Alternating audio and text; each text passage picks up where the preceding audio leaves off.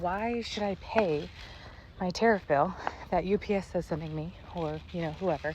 Because what is the motivation for paying the tariff if I already have the products? And that is a very slippery slope to go down. So I figured I would talk about the repercussions for what happens if you do not pay your tariff bills. First and foremost, something that you should probably be aware of is that because I'm using UPS as an example, they have paid your debt to the US government on your behalf prior to releasing your items. You are now under a contractual obligation, basically, for paying that debt to UPS. So they can send you to collections. They can flag or suspend your UPS business. So if you're a business owner, you won't be able to use UPS. They can hold orders in the future until you pay up. They also could sue you. Now, is that likely? Probably not, but they absolutely are within their legal rights to take you to court and sue you for not paying. Now, because, again, using UPS as an example, they usually pay the tariffs on your behalf up front and then they bill you later. Your bill can come weeks and weeks later, and have a lot of people being like, why do they do that? Well, think about it. It's not, they have the income to be able to pay your fee up front, which then allows them to not have any sort of lag or stoppage in their pipeline of how they run their business.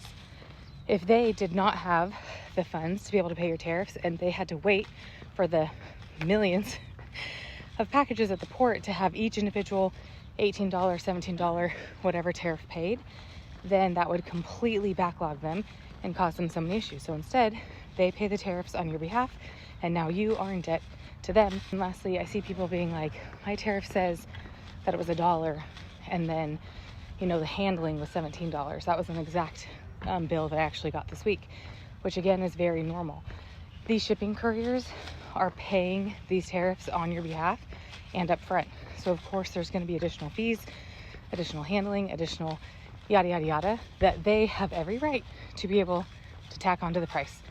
They are private businesses, they're private corporations, and they are charging you a whole lot less than USPS, which is not.